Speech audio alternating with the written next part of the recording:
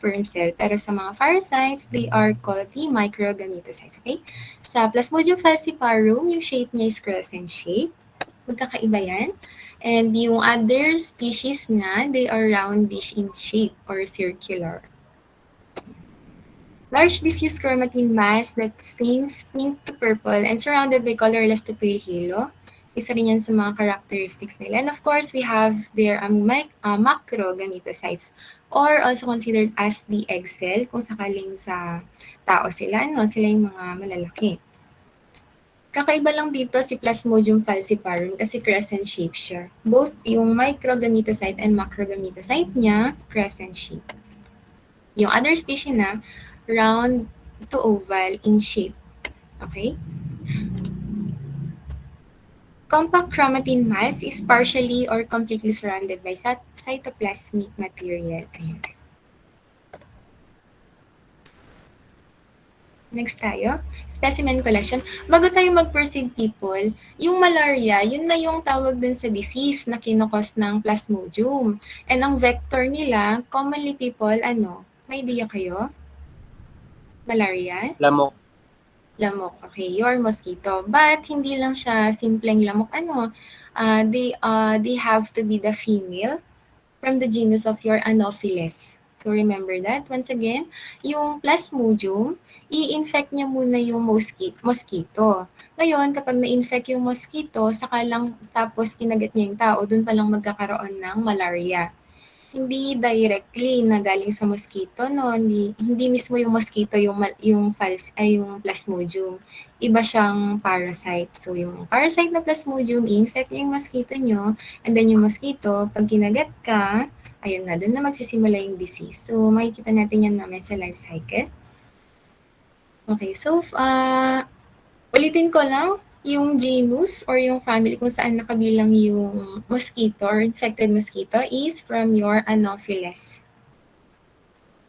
For the specimen collection, okay, the specimen of choice, of course, your GEMSA stained blood films. Hindi siya sa stool. Ito kasing Plasmodium na to, usually ang kanyang mode of transmission or kung saan siya pumapasok or kung saan siya nagre-reside, mostly sa ating mga red blood cells. Okay?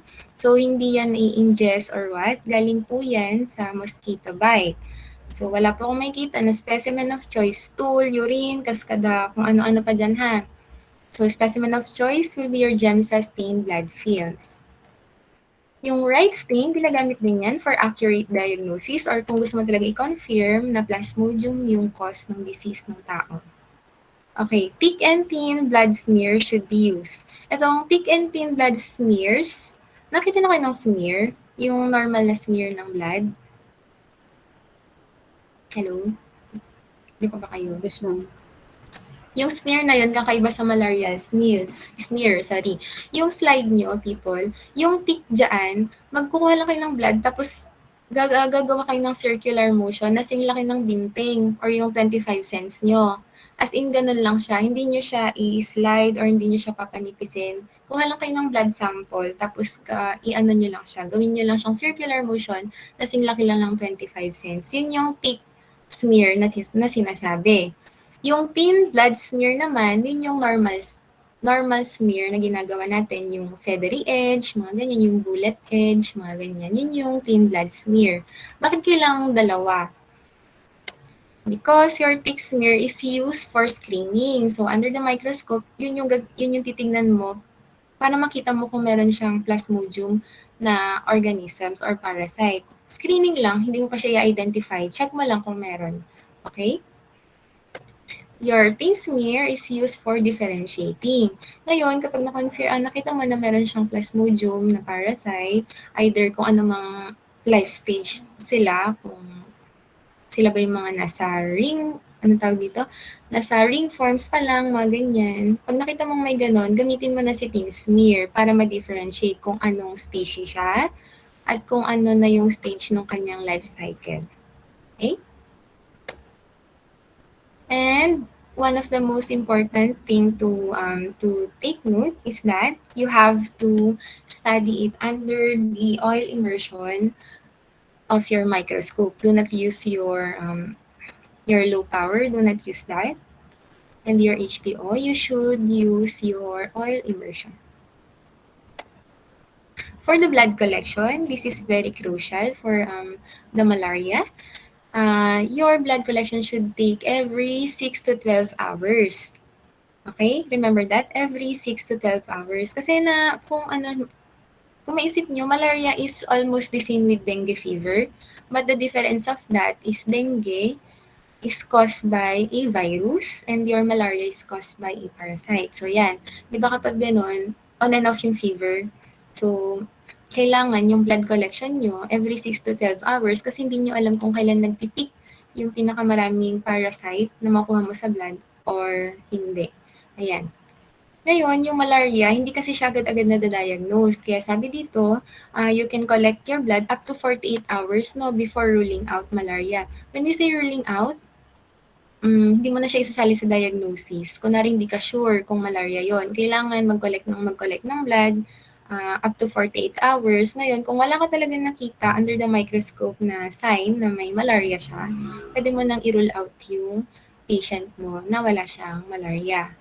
Ayan, para maging sure lang na wala talaga. Kasi mahirap din siyang i-diagnose kung gagamit ka ng pick and pin blood smears. And today, as of today, people, we do have now the what you call the PCR techniques or your polymerase chain reaction techniques that is under the serology. Lagi natin yan nababanggit.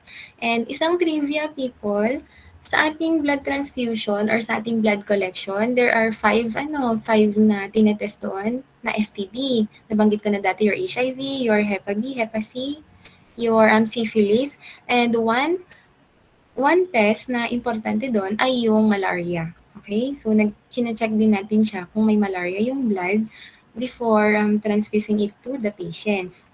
And the common na ginagamit natin or the routinely na ginagamit natin na technique is PCR. Ayan. So, dun sa amin, ganyan, PCR na ginagamit namin. Kahit sa mga hospital, gumagamit na ng PCR para ma-detect yung malaria. Okay? Any questions so far, people?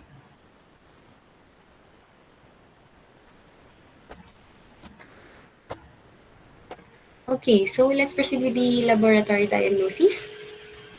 Note that mixed plasmodium infections, kahit ano siya, kahit kung galing man siya sa falciparum or malaria or whatever, yung infection niya may occur like your Plasmodium vivax and Plasmodium falciparum. Actually, magkakamukha silang lahat. Nakita natin mamaya, may difference lang sila sa sizes. And of course, your Plasmodium falciparum is the only species that is crescent shape.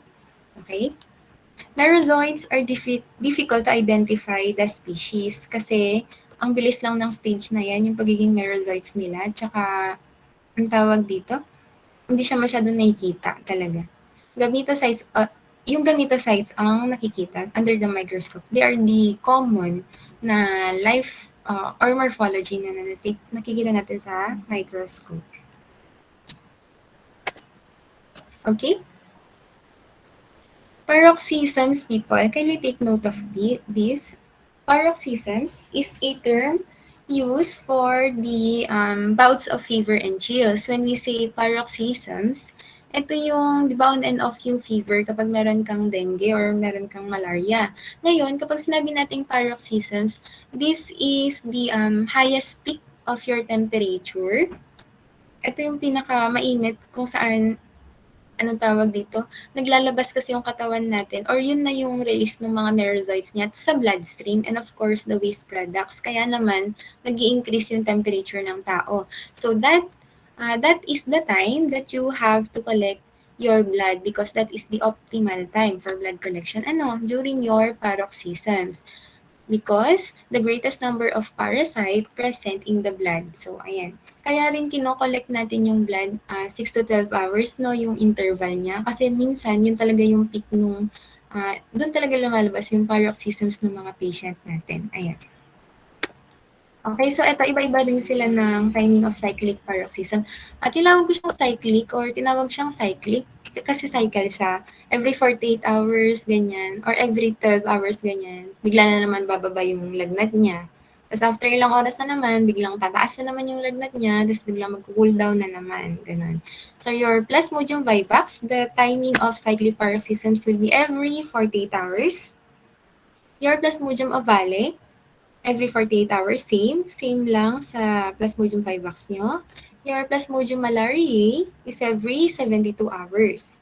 Ayan, so take note of that. And of course, your Plasmodium falciparum is every 36 to 48 hours. Any of that can do.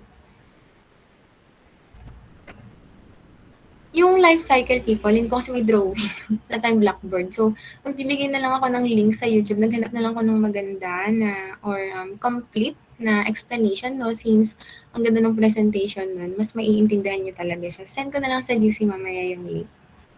Okay? Tapos, if may questions kayo, hindi kayo maintindihan, you can message me naman. Ayan. For the pathogenesis and clinical symptoms of your malaria, asymptomatic siya, no? At initial mosquito bite.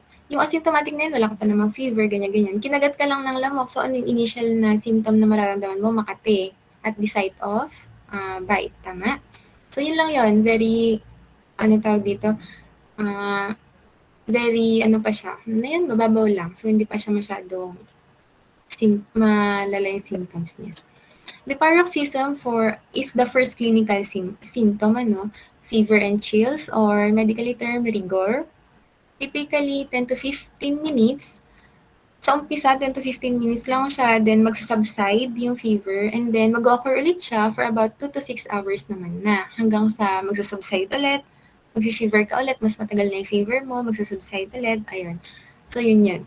Then, the fever subsides and experience profuse, kapag nag-subside yung fever, or kapag kapag bumaba yung temperature ng patient, ang may experience na naman is profuse sweating. When we say profuse sweating, heavy sweating yan. So, abnormal sweating yan. So, sobrang dami. And of course, extreme fatigue. No, wala naman siyang ginagawa sa buhay niya. Parang pagod na pagod siya. With may, tawag dito, panginginig ng mga muscles niyo. So, yun yung mga nangyayari sa paroxysm or the first clinical symptom of your malaria. Okay? Recrudescence is often the case with Plasmodium vivax and Plasmodium ovale. Sinong makapagbigay ng meaning ng recrudescence? Do you know what this word means?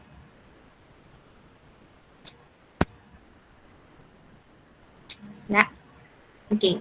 Recrudescence, ibig sabihin niyan, people, once na-infect yung tao, parang wala lang, pero infected na siya, no? Tapos, one time, siguro how many months or how many years later, biglang mag-o-occur yung kanyang infection.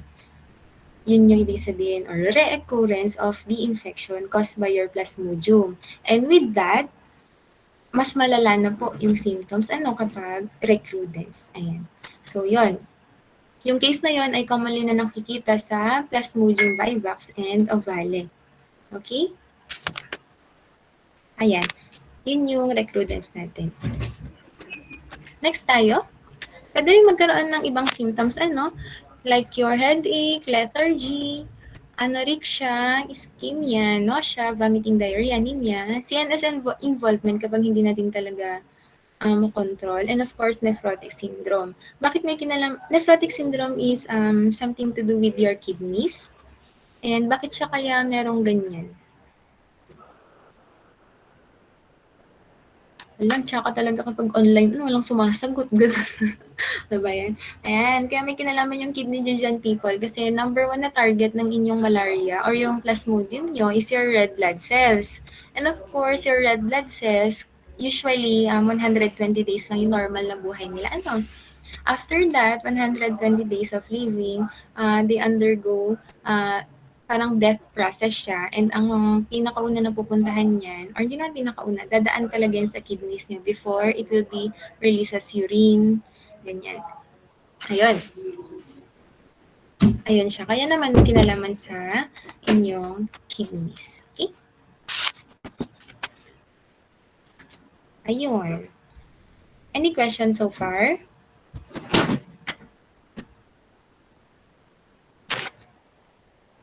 Mali? Okay, so Let's proceed. Note that persons exhibiting erythrocyte structural abnormalities. This is a genetic disorder, people. Erythrocyte structural abnormalities. This has something to do with their chromosomes when they are born or when they are still in the womb of their mother. And those who are Duffy blood group negative. When we say Duffy blood group negative, isa yan na, paano ba? Nomenclature or naming our blood type. Ang common lang kasi sa Pilipinas or ang common lang na alam natin is your blood type A, blood type B, ganyan, O, AB, ganyan, ganyan. Pero meron pang isa na naming, no? Blood group naming. That is your Duffy blood group. And undergo niyan kapag nagkaroon na kayo ng blood banking. Na-discover nila na those people who have erythrocyte structural abnormalities and those who are Duffy blood group negative tend to have a greater resistance to malaria. Ayan, so hindi sila tinatamaan ng malaria. Bakit? Bakit kaya?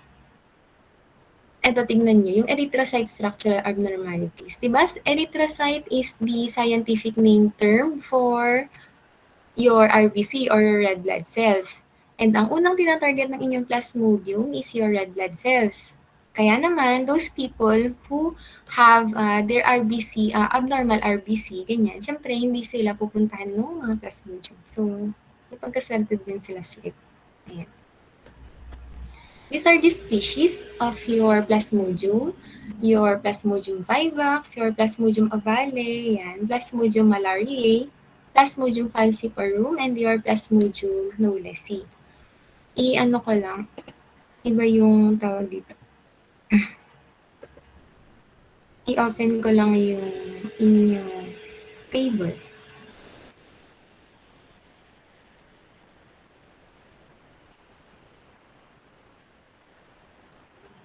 Ayan. Nakita niyo ba, people, yung table? Hello? Guys, still talk to you, guys. Ayan. So, ito, tabular siya. Kung napapansin niyo, 4 lang yung nilagay ko dito, no? Your Plasmodium vivax, ovale, malaria, and falciparum. Their relative age of infected RBCs. So, iba-iba rin sila ng mga tina-target na stage ng RBCs. Let's start with vivax, your Plasmodium vivax. Yung tina-target niya na RBC are young and immature cells. Kasi yung mga young and immature cells, sinatarget ng Vivax because they are easily ruptured or ang dali-dali nilang pasukin since soft pa yung cell walls nila. For your Plasmodium ovale, same sila ng inyong Plasmodium vivax. Your Plasmodium malariae, gusto nila yung mature cells because they grow and reside inside the RBC where they can get their necessary nutrients and of course the hemoglobin na gustong-gusto nila. Ayan, kaya dyan sila nagre-reside. And your Plasmodium falciparum people, they can infect kahit anong cell kahit anong age ng cell.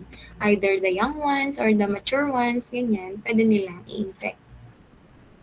For the appearance of RBCs, your Plasmodium vivax, madi-distort yung red blood cell kapag na-infect na nila yon. Why? Because inulit-ulitin ko lang, young kasi yung gusto nilang targetin. So, kapag young, hindi pa masyadong solid yung cell wall ng mga RBCs nila. Kaya naman, pag pinasok nila yon, nasisira. Yan. Your Plasmodium ovale, same lang din, oval and enlarged, distorted with ragged cell walls. For your Plasmodium malariae, nagre-reside lang sila doon lang sila lumalaki, kumakain lang sila sa loob. Kaya naman normal size pa rin siya and no distortion will happen. Same with your Plasmodium falciparum. Okay. Sa mga morphologic forms nila, you can read that. Alone kasi naman siya, maintindihan naman yan. The ring form, the developing trophozoite, the immature schizon, the mature schizon, ayan, and your micro and macro gametocytes, basahin niyo na lang sila. Ang gusto ko lang i-emphasize sa inyo, ang gusto ko lang i-emphasize sa inyo sa lahat-lahat ng yan, yung inyong Plasmodium falciparum is the only crescent shape when it comes to their microgametocytes and macrogametocytes. Okay? Let's proceed with their laboratory diagnosis, their life cycle notes, and others. So, number 1 na gusto kong ipaalala sa inyo, the deadliest or the worst species of your Plasmodium is your Plasmodium falciparum. So, siya talaga yung nagkakos people ng severe malaria. Ayan, siya po yan, si Plasmodium falciparum. The deadliest Plasmodium. Ayan. Sa laboratory diagnosis nila, lahat sila, gold standard tayo, which is the thin and thick peripheral blood films. Other na assay pwede natin gamitin is your PCR. And the only different for that, nabanggit natin na yung blood collection nila, optimum time is your paroxysms, during your paroxysms, but your Plasmodium vivax people, you can collect anytime. Okay, yung life cycle notes naman, anuhin nyo na lang yan, basahin nyo na lang din yan. And your epidemiology. Okay, let's proceed with your clinical symptoms. Are you following, people? Ano kasing kwento? Laser or... Ito sa clinical symptoms, we call the infection or the malaria benign tertian malaria when the causative agent is your Plasmodium vivax and your Plasmodium ovale. So we call that your benign tertian malaria. But you can also call the infection caused by Plasmodium vivax malaria. Ganun din sa ovale. Ovale malaria naman pag siyang nagkukos. Okay? Your Plasmodium malariae is called the disease of that. We call that the quartan malaria, or you can also call that your malarial malaria. Ayan. Baka malito kayo, baka sabihin na, baka ang pinakamalala yung malaria, Plasmodium malariae, ganyan. Pero hindi po. Ang pinakamalala po talaga dyan is your Plasmodium falciparum. Why? Because it can cause your black water fever, malignant tertian malaria, your estivo-autumnal malaria, your subterranean malaria, falciparum malaria. Ayan. Siya po yung pinakamaraming kinokos. And to think, malignant yan, severe yan. So, siya po talaga yung deadliest. And kung napansin nyo, tinawag siya na estivo-autumnal malaria kasi naman, dumadami lang po si Anopheles mosquito kapag medyo misty or medyo moist yung kapaligiran, no? Especially sa tropical and subtropical regions ng iba't ibang mundo. Ayan. Tingnan nyo dun sa bandang life cycle notes dun sa Plasmodium falciparum. Sabi dito, needs warmer months for reproduction within Anopheles mosquito.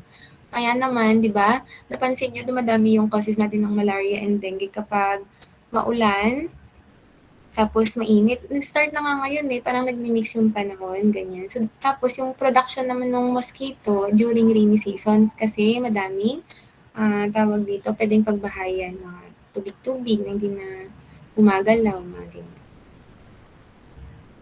For your treatment, minerge ko na to kasi pare-parehas lang po sila ng treatment. Depende na lang po. Ito, naka-asterisk dito. Medications depend on the morphologic life cycle stage present at the time of administration. So, ito yung mga tawag dito, yung mga medications na ginagamot sa mga patient. Kaya naman, medyo malaki ang part ng mga medtechs, no, when it comes to the diagnosis of malaria because you have to be very specific with the stage of the life cycle of the parasite. Para alam din ng doktor kung alin dyan sa mga dami-dami ng gamot na yan ang ibibigay niya. Ayan. Okay? You have to take note of that. Interest and nutrients, when it comes to Plasmodium vivax, it can be acquired through blood transfusion. Actually, lahat naman sila pwede. Ayan. So, for the Plasmodium falciparum, interest and nutrients, the hypnozoites are not produced in the liver, but relapse may occur and ultimately fatal. Ayan. So, doon sa life cycle kasi ng Plasmodium people, yung hypnozoites kasi galing yan sa liver, no? Normally, galing yan sa liver bago sila mag-spread sa inyong RBC or sa inyong tawag dito, sa inyong bloodstream. Ayan. Pero si Plasmodium falciparum, hindi masyado. Hindi siya galing doon. Or wala silang hypnozoites. Kaya naman, kapag nagkaroon ng relapse people, medyo malala talaga siya. Okay, for the last note that I want you to memorize or to be familiarized with is the stippling. Isa to sa mga characteristics ng inyong Plasmodium, isa sa mga pagkakaiba nila, isa sa mga pag-determine kung anong klaseng species siya. This will be your stippling. I want you to memorize these people. Ayan. For your Plasmodium vivax, the stippling is called Schaffner's dot. Once again, your Plasmodium vivax, your stippling will be Schaffner's dot. For the Plasmodium ovale, James dot. Your Plasmodium malariae is called Zeeman's dot. And and your Plasmodium falciparum is Morer's dot. Okay?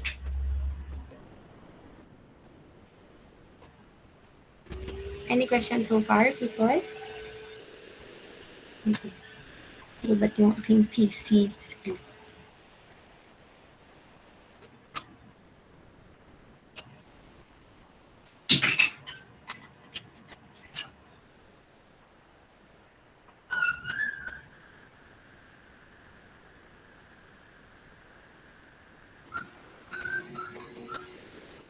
Ayan, nakasunod pa kayo? May questions kayo? Wala? Okay, so tuloy na natin yung discussions.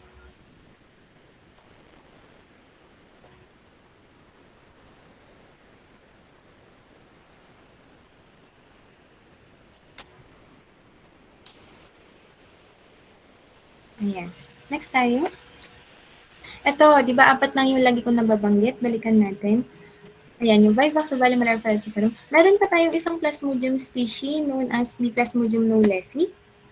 This species is not so discussed kasi naman they are known before, no? Hindi siya masyadong malinaw kasi. So before, parasite lang siya ng old world monkeys. So sa ano lang siya, sa hayop or specifically the monkeys. But recently, they are identified already as a human parasite. They are commonly found in Malaysia and other parts of Southeast Asia. So, kung tatanungin niyo kung anong temperature dyan, mga ganyan, subtropic, tropical, mga ganyan. Kaya sila nagre-reside doon. Kaya naman hindi siya masyadong nadidiscover dati, people, because your Plasmodium knowlesi resembles Plasmodium malariae and falciparum. So, hindi talaga nila alam na ay may iba pa palang organism or may iba pa palang species until they discovered na iba pala talaga siya. Ayan. Yung bilis naman. Okay. Tapos, sa DNA extraction and nested PCR can only reveal their differences. Ayan, so para ma-differentiate mo yung malariae, falciparum, at saka yung Plasmodium knowlesi, you have to use DNA extraction and your nested PCR. But meron pang isang problem. Sa PCR testing, people, it resembles as Plasmodium vivax. So, sa lahat ng species ng Plasmodium, si Plasmodium knowlesi ang pinakamahirap i-identify because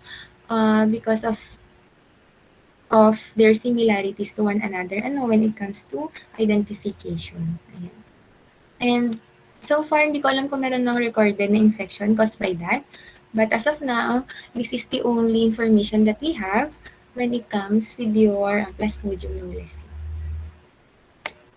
Okay, for the prevention and control, alam naman natin lahat yan, pero I just wanted to reiterate to you prophylactic treatment before and after, before, during, and after na medication yan. So, kapag meron ka ng mga signs and symptoms, guys, please do go to your doctors and have a check-up. Lalo na kung on and off yung fever, yung mga signs na ganyan, meron ng nausea, may vomiting, may mga ganyan. Tapos hindi na rin gumagana yung mga biogesic or what, go to your doctor na para alam natin yung gagawin natin.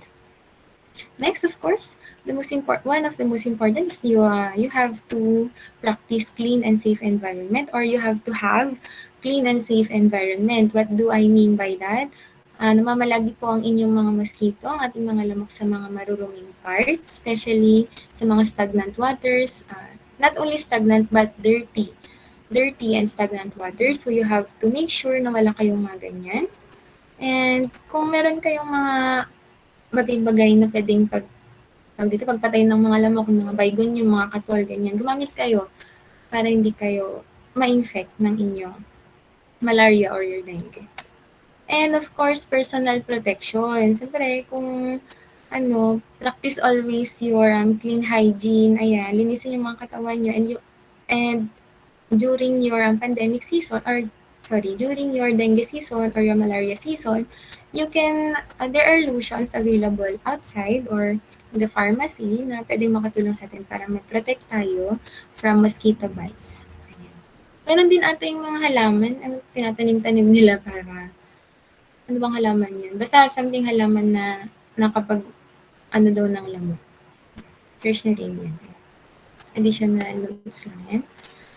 Okay, so if you do not have any more question, we are now going to proceed with your second species. Hindi ko mababasa yung message. Sino yung nag-chat? Sabihin niyo na lang. Any question ba?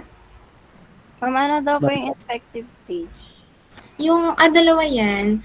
Yung infective stage niya kasi magkaiba. For your, anong tawag dito? For the humans, ang infective stage niya is your hypnozoites, tsaka yung merozoites. Pero, kapag talagang sinabi mo na infect niya na yung bloodstream niyo, your merozoites na. But when it comes to your mosquito, iba rin yung infective stage nila. That will be your gametocytes. Ayun.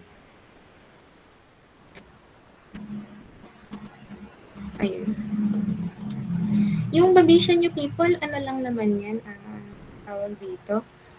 Additional ulit siya na genus. When it comes to their life cycle dun sa Plasmodium nyo, pare-parehas lang sila. Ang isang similarity pa ng Plasmodium and Babesia nyo, guys, ay they target your red blood cells or your erythrocytes. Okay, so let's proceed. Your history, first described in 1880s, responsible for Texas cattle fever or redwater fever. Ito yung parang nagkamatayan ng maraming cattle, no, dun sa Texas. Kaya naman siya tinawag na Texas cattle fever. Kaya na-discover nila na hindi pala siya basta-bastang namatay lang silang lahat, ganyan. Na-discover nila na ang cause nun is your babiosis. Babiosis is the medical term used for the infection caused by your babesia. Okay?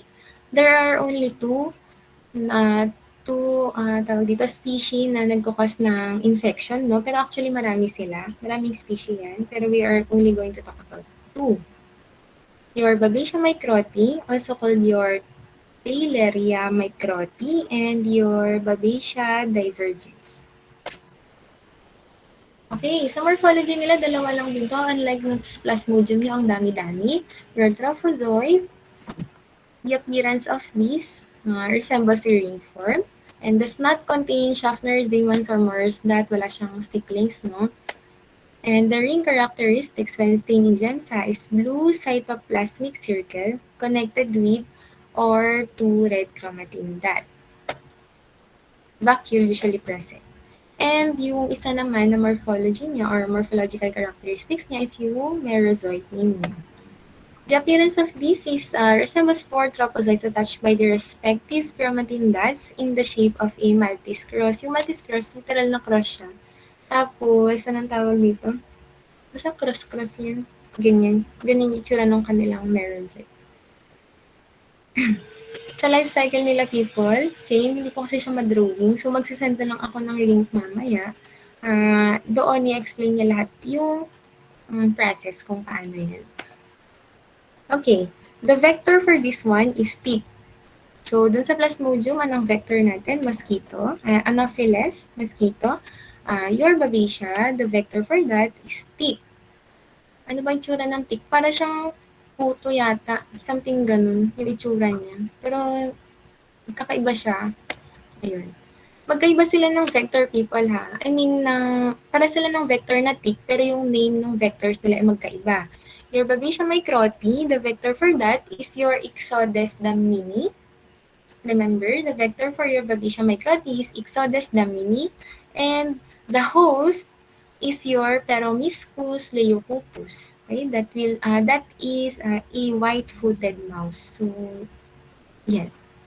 However, your Babesia divergens naman, ang tawag sa kanyang vector ay Ixodes ricinus. Tapos, ang kanyang host ay cattle at rabbits. O, ayan. So, makikita nyo na ang pinakaunang host ng mga parasite na to ay hayop muna. bago sila, tapos yung hayop na yan, sila ang magkukos ng disease sa tao. Remember people that the sexual phase occurs in the vector and the asexual phase occur in the host. Ayan. Next tayo, laboratory diagnosis. Same lang din, the specimen of choice is your GEMSA stained blood films. Thick and thin smear also. And oil, the use of oil immersion when using microscope. And the mode of transmission can be transfusion transmissible or your blood transfusion, mga ganyan, pwede yan. Congenital.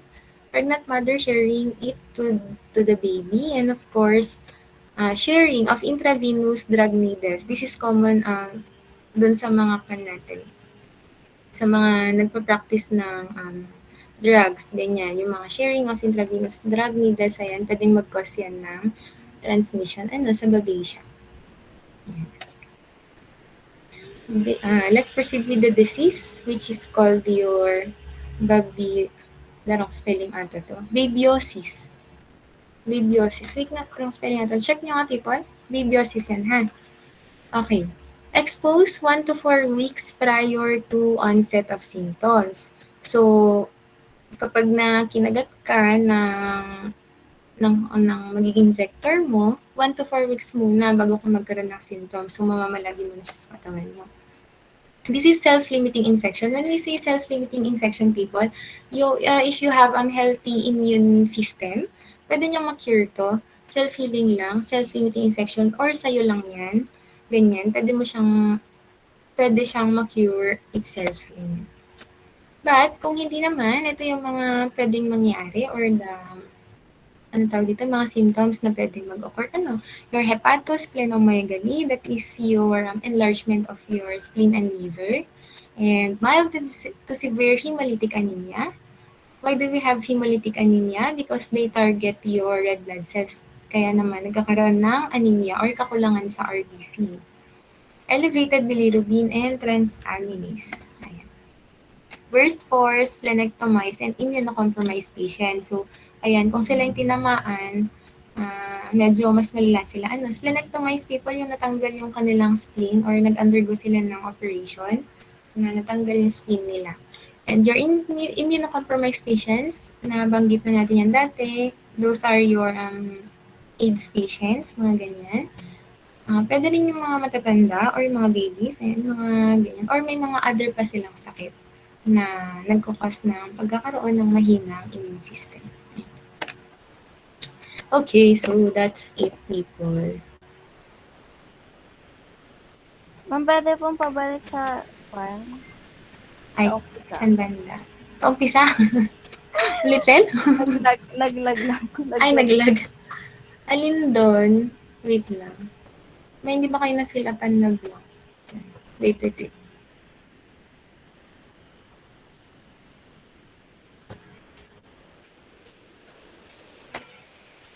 Saan dito, Lisa? Yung sa may general po. Sa? General. Alin? Ayun, ma'am. Okay na yun. Ito, morphology. Yung before that po. Before study. Okay pa dyan. Kay General Charles Cornwallis. Okay.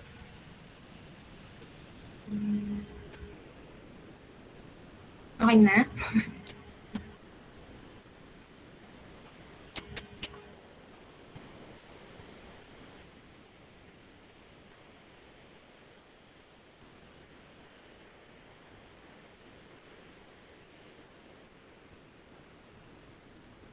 Okay na po.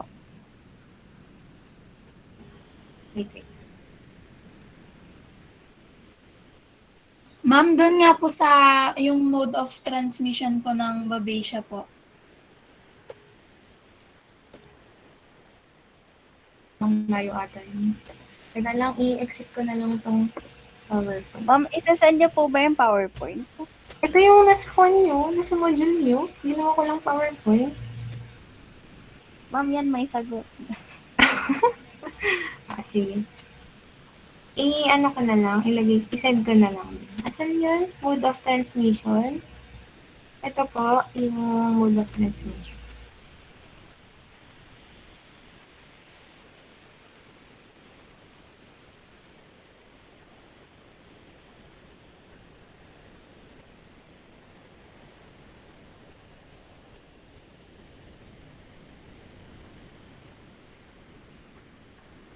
Ma'am, okay na po. Thank you po. Okay na. Okay. Yung iba, wala na.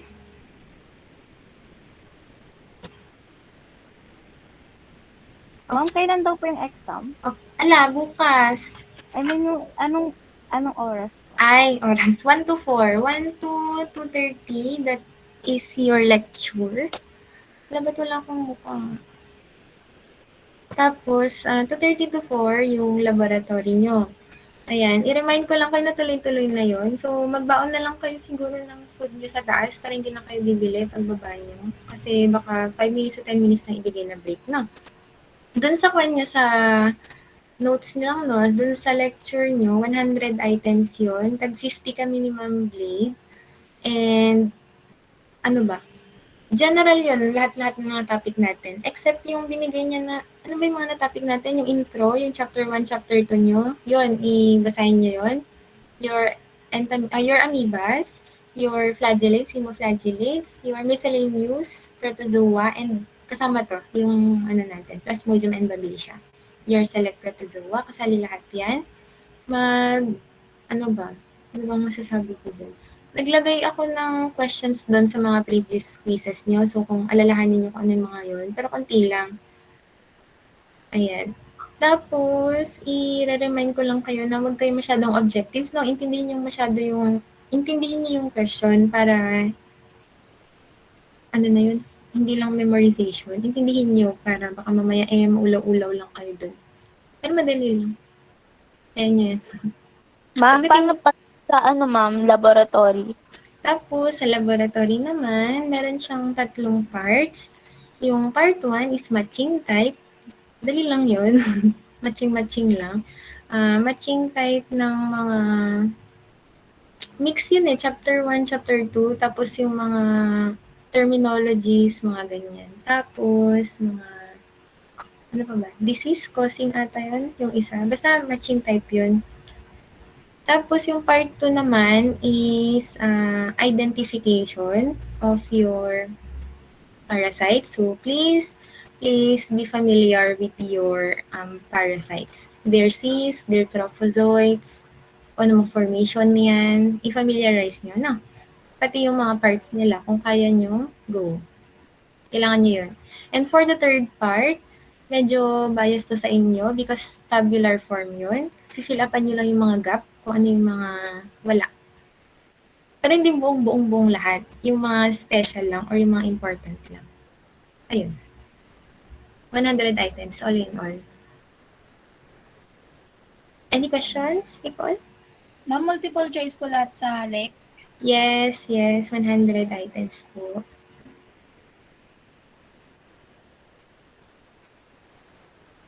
Ano pa? Ma'am, pareho lang yung coverage ng lecture and lab, di ba ma'am? Pares lang. Pares lang yun. Mag-focus lang kayo siguro sa lab. More on morphology talaga siya. Ayun. Ano pa bang tips na bibigay ko sa inyo? Nabigay ko na sa inyo lahat. Basta lahat ng module na binigay ko, basahin nyo nandun lahat yun. Kahit yung kay Ma'am Blade, lahat yun nandun.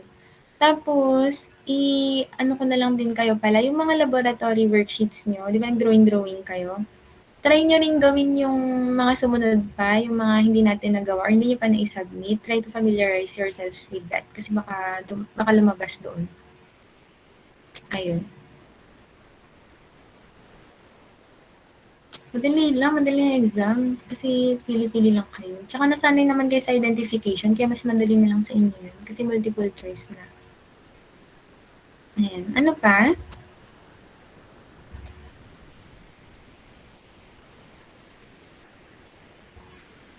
Tapos mag-prepare pala kayo ng coins bukas kasi baka ipabayad ulit ni Ma'am Shi yung Xerox copy. Coins ha, huwag bubuo.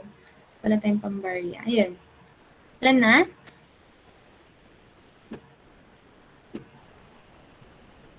Wala na? Sige, ganun people. Kung wala na, pwede na tayong mag-leave. Thank you everyone and have a good day. Review kayo ha. Bye-bye. Bye, ma'am. Thank you, ma'am. Bye, ma'am. Bye-bye. Bye, ma'am. Po. Bye-bye. Bye, ma'am. Ma'am.